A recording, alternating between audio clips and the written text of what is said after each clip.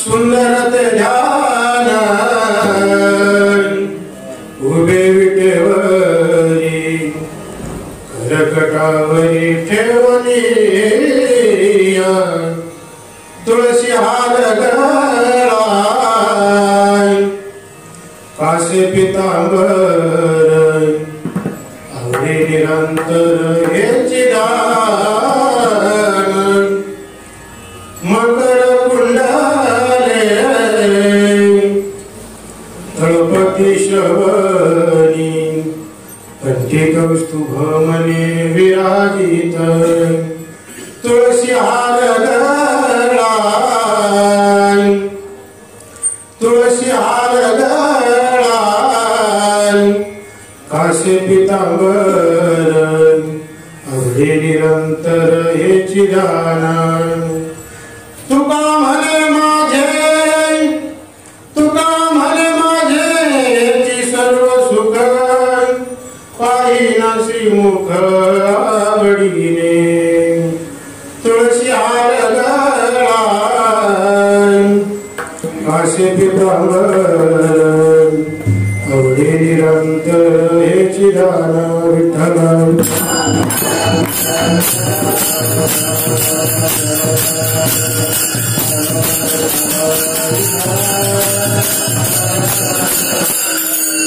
श्री शंकरानंद गुरुपादांबुजन्मने सविलास महामोहन ग्राहकासेक कर्मणे आता हृदय हे आपले चौफाळुनिया भले वरी वैसव पाऊले श्री गुरूंची पांडुरंगा करू प्रथम नमन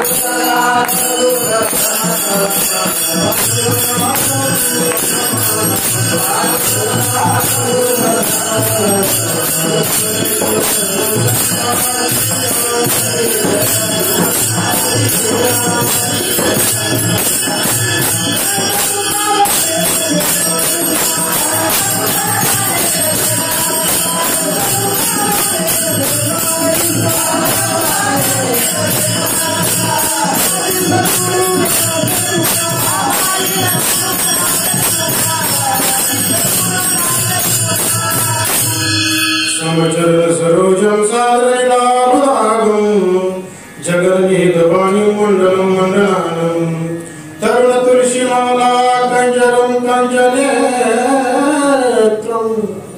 सदैव लास विठ्ठलं चिन्तयामि सम्पाद्य ज्ञानं च विधाय भक्तिं विलोकितो येन समाधिराजाय वैराग्यवन्तं सुविचारयुक्तं नमामि योगं शिरसः गुरुन्तं नमो सद्गुरु तुकाराम नमो सद्गुरु सच्चिदानंद रूपाय नमो सद्गुरु भक्त कल्याण मूर्ति नमो सद्गुरु भास्करा पूर्णकीर्ति सेवराजी सेवक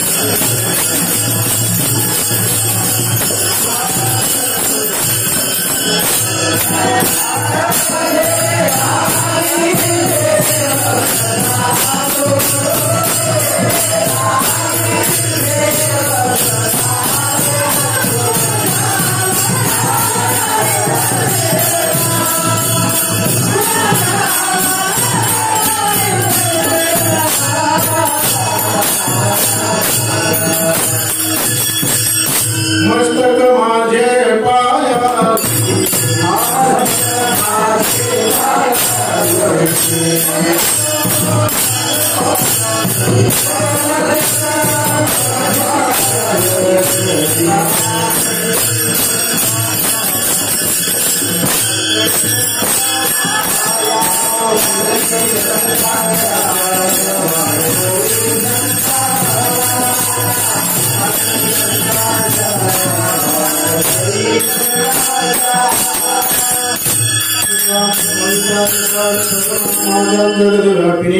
विना पुस्तकधारिणी ममयदां साध्यांधकारापहां हस्ते स्फाटिकमालिकां विदधति पद्मासने संस्थितां वन्दे तां परमेश्वरी भगवती बुद्धिप्रदा शारदां विठाला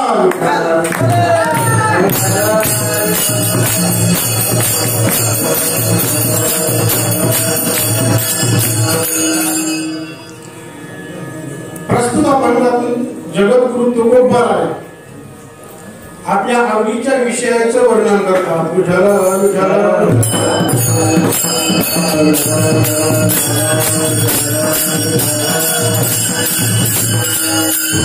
अभंगाच्या चिंतनाकडे वळण्यापूर्वी पंढरीशी पांडुरंग परमात्म्याच्या चरणी, सर्व साधू संतांच्या चरणी, सर्व गुरुवाऱ्यांच्या चरणी आणि तसेच श्रोते सज्जनाच्या चरणी साष्टांग दंडवत करून अभंग विठाला विठाला.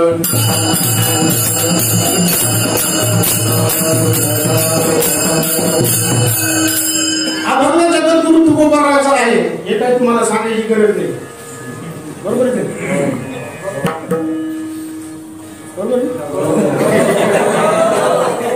अभंग जगद्गुरु तुकोबाराचा आहे हे काही तुम्हाला सांगायची गरज नाही. कारण जो महाराष्ट्र भूमीमध्ये जन्माला आलाय त्याला हा अभंग पाठायचा असतो. अर्थात जो कीर्तनाला घेतलेला अभंग आहे तो सर्वांच्याच पाठाचा आहे. विठाला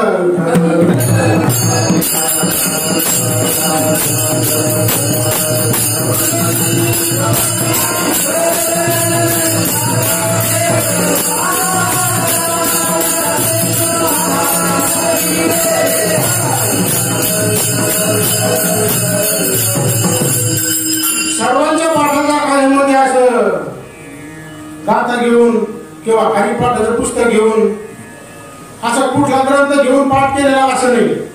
तो कसा पाठ आहे? कामपाठ. जाऊ का मी पाठ झाले समजले.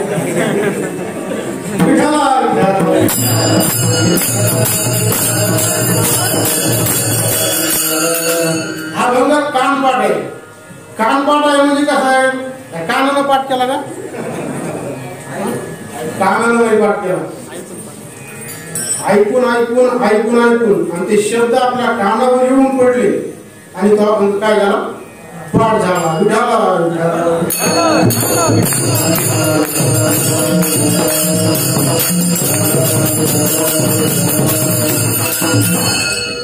आपल्या संप्रदायामध्ये अभंगाची पुन्हा पुन्हा पुन्हा पुन्हा आवृत्ती झाल्यामुळे डबल डबल डबल डबल मानल्यामुळे हा अभंग सर्वांच्याच पाठाचा आहे. आपल्याला कीर्तनाला जरी सुरुवात करायची, उदाहरणार्थ हरिपाठ जरी म्हणायचा झाला तरी हा अभंग मानावाच लागतो. भजन जरी म्हणायचं झालं तरी हा अभंग मानावाच लागतो. आणि कीर्तन जरी सुरुवात करायचं झालं तरी हा अभंग मानावाच लागतो. कीर्तन कार्याने अगोदर कोणता अभंग म्हणला जातो? सुंदर ते ध्यान उभे विटेवरी. अर्थात हाच अभंग म्हणला जातो. विठाला विठाला.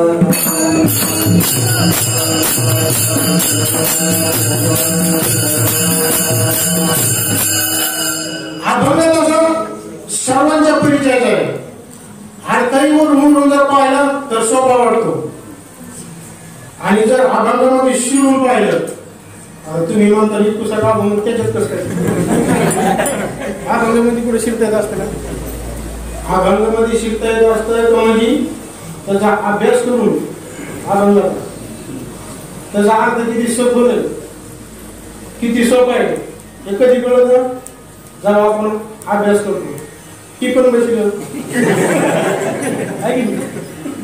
अभंग सर्वांच्या परिचयाचा पाहिल्याच्या नंतर सोपाही वाटतो. आणि जर स्वभावाचं चिंतन केलं तर आपली बुद्धीही तिथपर्यंत पोहोचत नाही.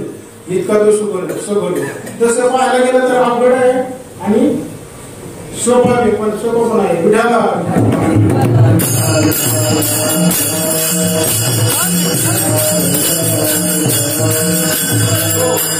काय सांगितलं या अभंगामध्ये तुकोबारायांनी? तुकोबारायांनी या अभंगामध्ये तुकोबारायांना जी वस्तू आवडते अर्थात त्या वस्तूचं प्रतिपादन करणारा हा अभंग आहे. आवड आवड हा विषय अंतःकरणाचा आहे. आवड म्हणजे ज्याला आपण प्रेम म्हणतो, जिव्हाळा म्हणतो, हे समजे एकार्थी शब्द आहे. शास्त्रामध्ये त्याचा थोडासा फरक आहे, वेगवेगळे. पण भक्ती आवड हे समजे एका अर्थाचे शब्द आहे. विठाला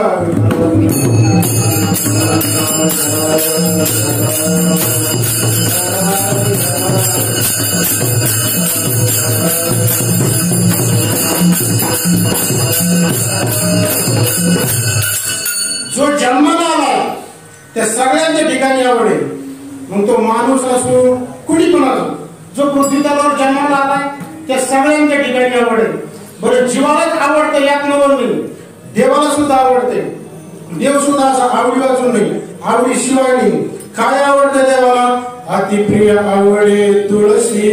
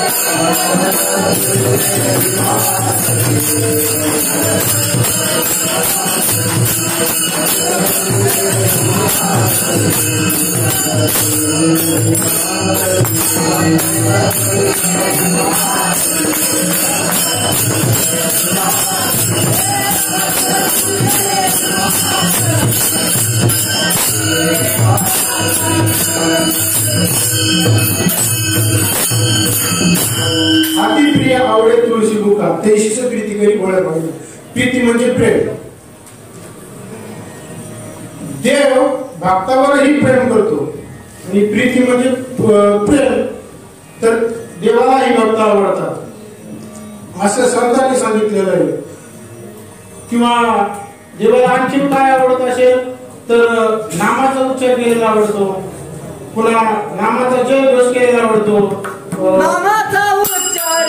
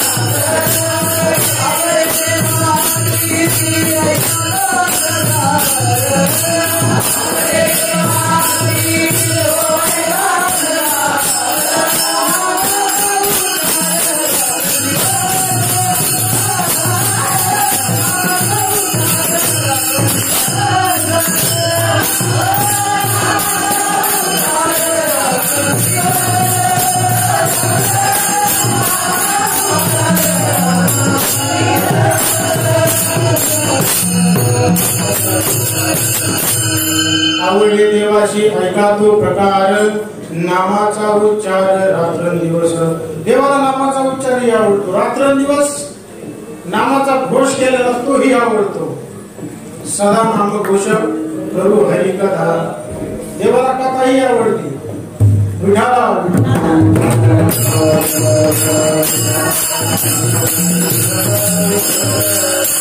12व्या अध्यायामध्ये भक्ताच्या लक्षणाचा विचार केला. देव सुद्धा म्हणतात की मला भक्त आवडतात. देव मग भक्त समेप्रिय. देव म्हणतात मला भक्त आवडतात. 12व्या अध्यायामध्ये भक्ताचा लक्षणाचा विचार आलेला आहे.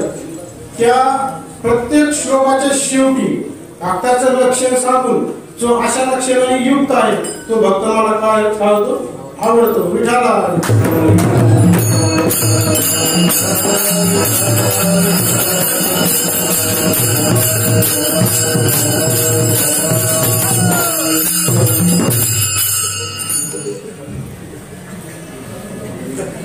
भगवंत म्हणतात की मला भक्त आवडतात. 12व्या अध्यायामध्ये सविस्तर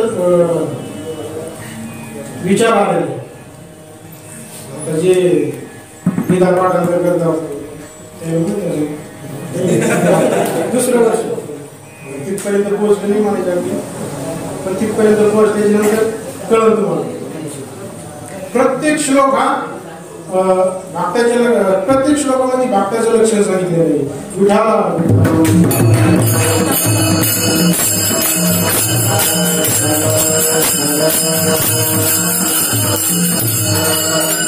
मग देवाला नेमकं काय आवडतं तर देवाला नाम आवडतं, देवाला भक्त आवडतात, देवाला तुळशीपत्र आवडतं, देवाला बुक्का आवडतो. आता जर फक्त आवडत नाही ते जड. जड म्हणजे दगड माती पाणी यांना काय आवडत नाही, यांना काहीच आवडत नाही. जडाला काय आवडणार आहे? दगडाला काय आवडत असते का? हेवी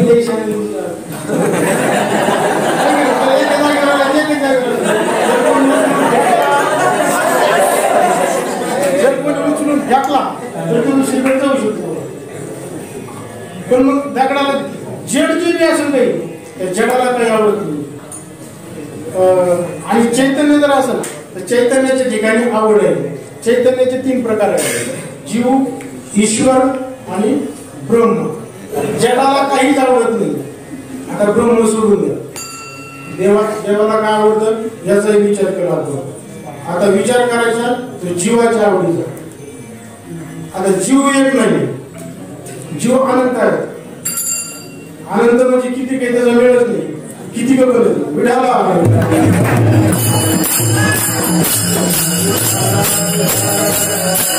जीवाचा थोडा विचार करता येणार आहे, कारण जीव एक नाही ना. आता जीव अनंत म्हणलं त्याच्या आवडी सुद्धा कशा असतात? अनंत असतात. विठाला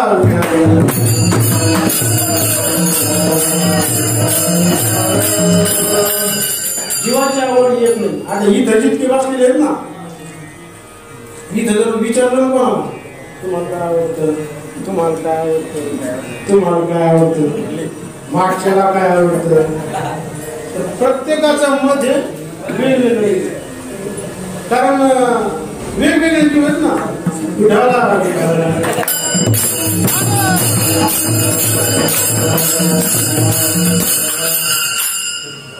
कोणाला जेवायलाच आवडतं, कोणाला झोपायलाच आवडतं.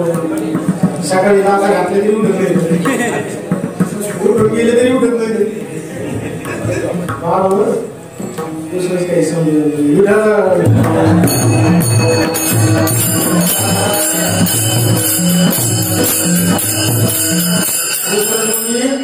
कोणी तरी उठत नाही.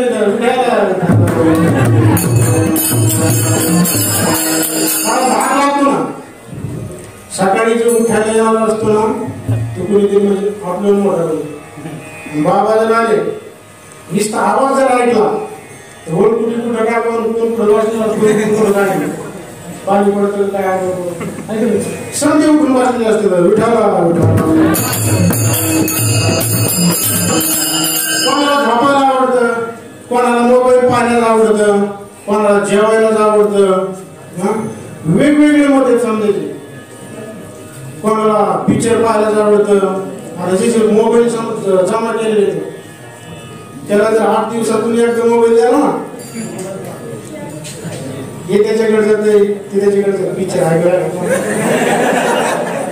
खरं सांगा मग आम्ही विदेश केले तुमचं, कारण आमच्याकडं आमची मोबाईल जमा करून दिले ना तुमचेच मोबाईल लागेल आणि 14 वर्ष सुरू झालंय चिंतन करावं लागते.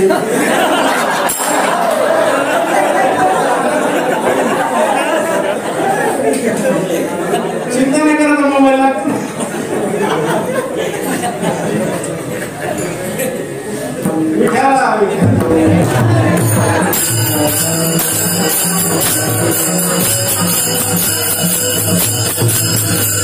प्रत्येकाची आवड ही वेगवेगळी आहे. इथं जितके बसले तितक्यांची आवड कशी वेगवेगळी आहे. मग तुकोबाला एका मंदिरात गेले आणि मंदिरात गेल्याच्या नंतर भगवंताचं दर्शन घेतलं. दर्शन घेतलं आणि मंदिरात दर्शन घेतल्याच्या नंतर 1-2 मिनिटं होईना पण राहील बसतात. तुकोबारा बसले आणि कुणीतरी तुकोबाराला विचारलं की महाराज तुम्हाला काय आवडतं. तर तुकोबारा काय आवडतं हे अभंगाच्या 2ऱ्या चरणाच्या उत्तरार्धात सांगतात.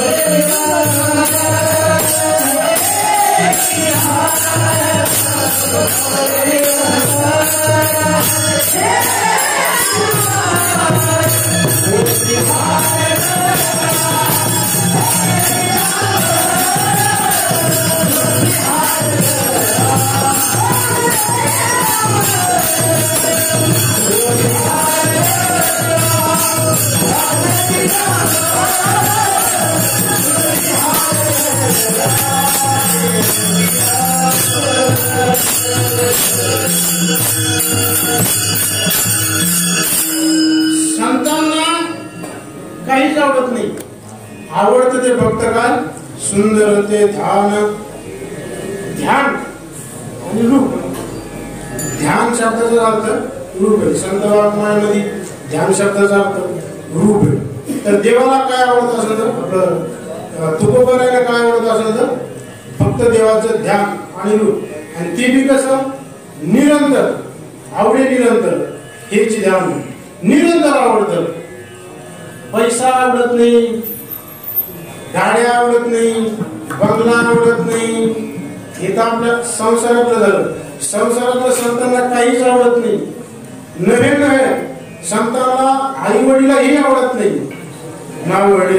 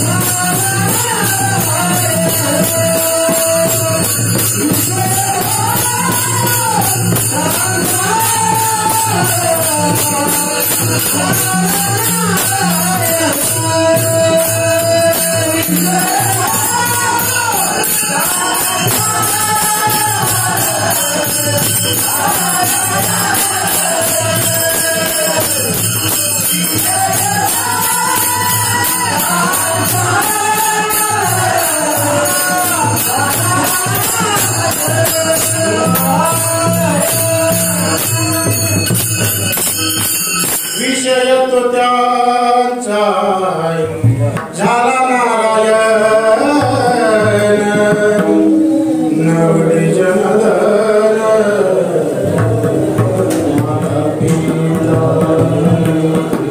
आई वडील सुद्धा आवडत नाही त्यांचा विषय झालेला असतो फक्त नारायण.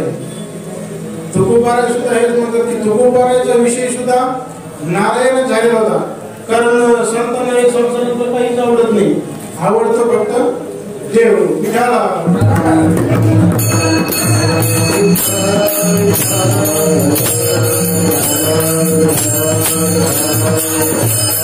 देवाचं रूप आवडतं, सुंदर ते ध्यान उभे विटेवरी आणि निरंतर आवडतं विठाला.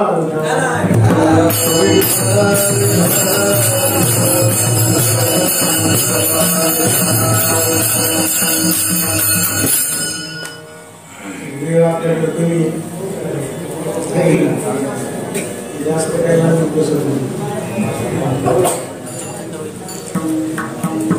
आता तुकोबारायांना नेमकं कोणतं रूप आवडतं? सुंदर ते ध्यान आवडे निरंतर हेच ध्यान आवडतं ते सांगितलं आणि वर्णन ह्या रूपाचं केलं. काय तर त्याचं उत्तर असं आहे की ते आणि हे वेगळं नाही, ते आणि हे वेगळं नाही.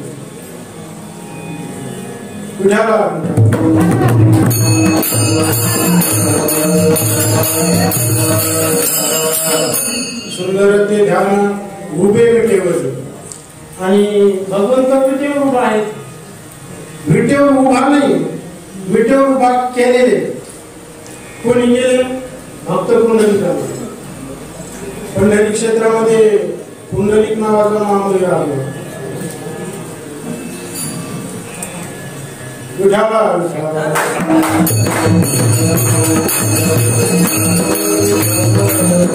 पंढरी क्षेत्रामध्ये पुंडलिक नावाचा भक्त राहत होता आणि आई वडिलांची सेवा करत होता. आई वडिलांची सेवा करत असताना आई वडिलांची सेवा पाहून भगवंत पुंडलिकाला भेट देण्याकरिता आले. भेट देण्याकरिता आल्यावर देवाच्या समोर नाही आले. पुंडलिक आई वडिलांची सेवा करीत होता. म्हणजे असं पाळण्यामध्ये आई वडिलाला टाकलेलं होतं आणि झोका दिलं होतं. पाळण्यामध्ये म्हणजे पाळण्यामध्ये या नाही तर असं झोपवलेलं असं सेवा करीत झालं. कारण त्यावेळेस काय तुम्ही नव्हते आणि मी पण म्हणजे तुम्हाला वाटतं की तुम्ही म्हणले म्हणजे तुम्ही नाही त्याचा अर्थ मी आहे असं वाटून तुम्हाला. त्याच्यामुळे तुम्ही बी नाही आणि मी पण नाही. विठाला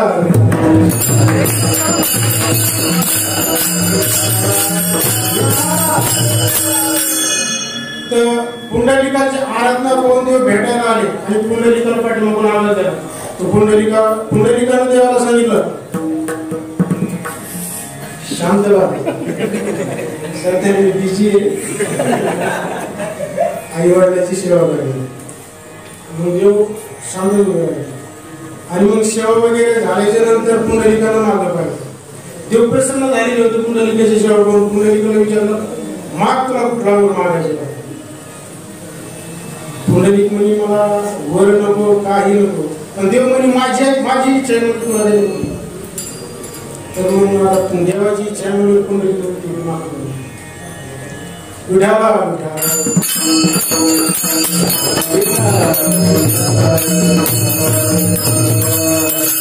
पुंडलिक म्हणे आता तुमची इच्छा आहे म्हणलं मागतो म्हणून. कलियुगामध्ये जे येणारे भक्त आहेत त्यांचा उद्धार करण्याकरिता तुम्हाला इथं थांबायचं. पण त्याच्या आधी पुंडलिकाला जवळच अशी भेट होती. अशी भेटली आणि देवाला सांगितलं ह्या विटीवर तुम्ही उभा राहा. ती वीट काही सामान्य नव्हती. नाव नाही सांगता येणार पण एका राक्षसानं इंद्राला शाप दिला होता. इंद्राची वीट होऊन तिथं पडलेली होती.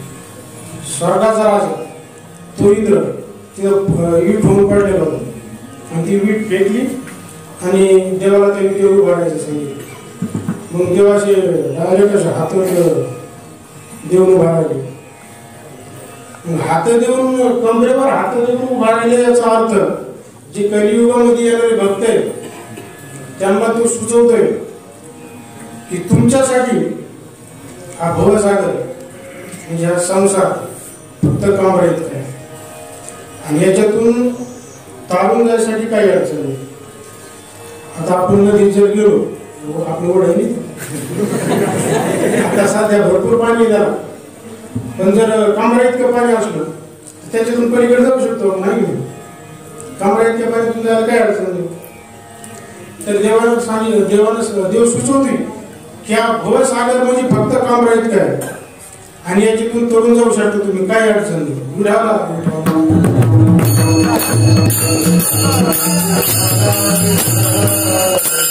सुंदर ते ध्यान उभे विटेवरी करकटावरी ठेवणी या दोन्ही हात आपल्या कमरेवर ठेवलेले आहेत.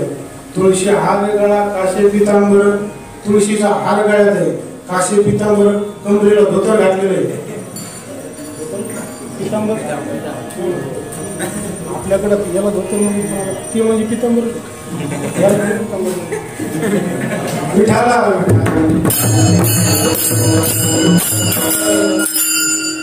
तुळशी हार गळा काशे पितांबर मकर कुंडले तळपटी शिरवले.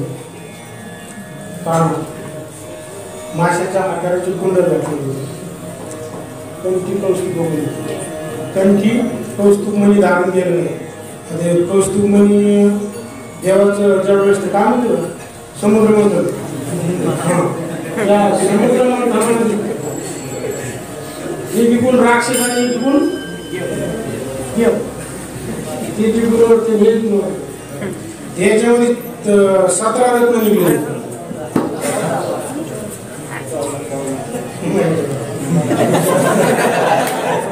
चौदा रत्न निघाले. 14 रत्नापैकी एक रत्न आहे कौस्तुभमणी.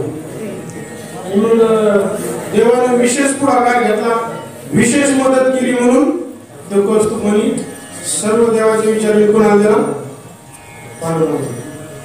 आणि मग तो कौस्तुभमणी गळ्यात धारण केलेला मकर कुंडले तळपती शिवणे कंठी कौस्तुभमणी विराजित. तुका म्हणे माझे हेची सर्व सुख. आणि जर एवढं काही असेल तर ते सुख देते. अभंगाचे शेवटचे तुका म्हणे माझे हेची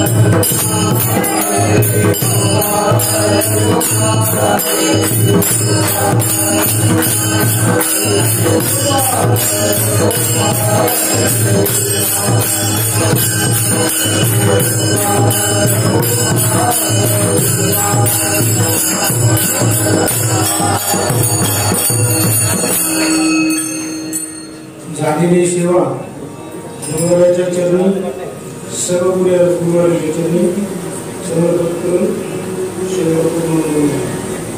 मी जसं सांगितलंय ते बरोबरच असेल असंही नाही. जे बरोबर आहे ते गुरुवारांचं आणि जे चुकीचं आहे ते तुमच्या संगतीचा दोष नाही, तुम्हाला बुद्धीचा दोष.